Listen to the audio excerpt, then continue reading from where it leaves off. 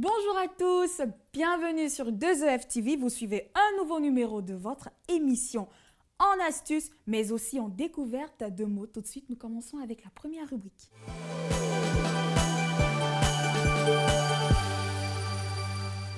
Les mots du jour. Comme mot du jour, nous avons le mot diapason. Qu'est-ce que c'est que le diapason? Le mot diapason tire son étymologie du latin diapason, mais aussi du grec ancien. Couramment utilisé dans les conversations et surtout dans les échanges, le mot diapason tire son réel sens dans le contexte musical. En effet, le mot diapason est une note de référence dont on se sert pour faire un accord d'une voix ou d'un son, nous dit le dictionnaire français sur le site L'Internaute.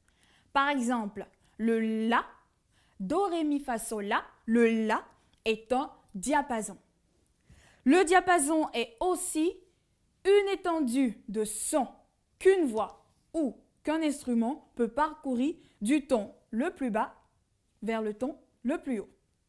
Dans le contexte général, le mot diapason est utilisé pour exprimer l'ordre ou la synchronisation. En d'autres termes, être en diapason, c'est se conformer, être en accord avec quelqu'un ou quelque chose. Le deuxième mot du jour, le quiproquo.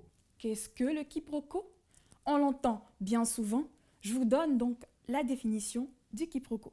Le quiproquo, mot d'origine latine, je précise le latin médiéval, est un mot qui proviendrait de quid pro quo, ce qui voudrait dire dans le latin classique juridique quoi pour quoi. En d'autres termes, une chose à la place d'une autre, nous dit le dictionnaire Larousse. Le quiproquo est donc une méprise ou une faute qui consiste à prendre une personne pour une autre ou une chose pour une autre. Par exemple, sans vérité, l'amour, au mieux, n'est qu'un quiproquo, pire, un mensonge. Le quiproquo, dans le contexte général, est utilisé pour décrire un malentendu ou une situation de mésentente entre deux personnes suite à un problème. Après ces définitions, nous passons à la seconde rubrique.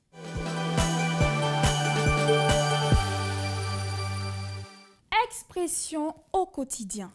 Aujourd'hui, nous parlerons d'une expression que nous avons l'habitude d'employer, être quitté ou avoir quitté.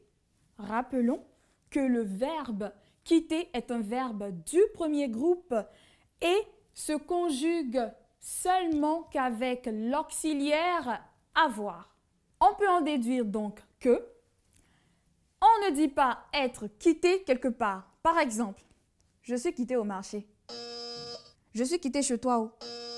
Je suis quitté là-bas. Non, ça ne se dit pas. Dans le bon contexte, on dit à quitter. Par exemple, j'ai quitté chez toi ce matin ou j'ai quitté mon boulot pour la maison. Nous espérons que vous comprenez que l'expression être quitté, la plupart du temps dite dans le jargon ivoirien, n'est pas correcte. En français, être quitté, ça n'existe pas. Chic astuce, n'est-ce pas? Nous passons à la troisième rubrique.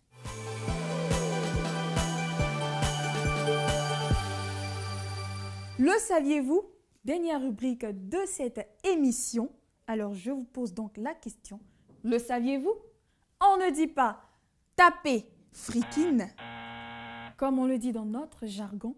En vrai, c'est taper flipping, c'est-à-dire faire un renversement de cône. Le flipping est le participe présent du verbe to flip, qui est un saut, la plupart du temps exécuté par les artistes dans le domaine du patin à roulettes.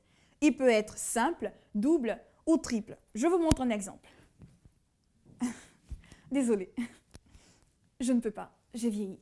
Donc, comme vous le voyez, c'est une expression que nos enfants ont l'habitude d'exprimer pour dire qu'ils sont en train de... Waouh! Franchement, c'est génial. Nous espérons que vous avez été très heureux et satisfaits de nous avoir suivis et surtout d'avoir enrichi votre vocabulaire grâce à nos mots et aussi à nos expressions. Nous, de notre côté, nous sommes très heureux d'avoir été en votre compagnie.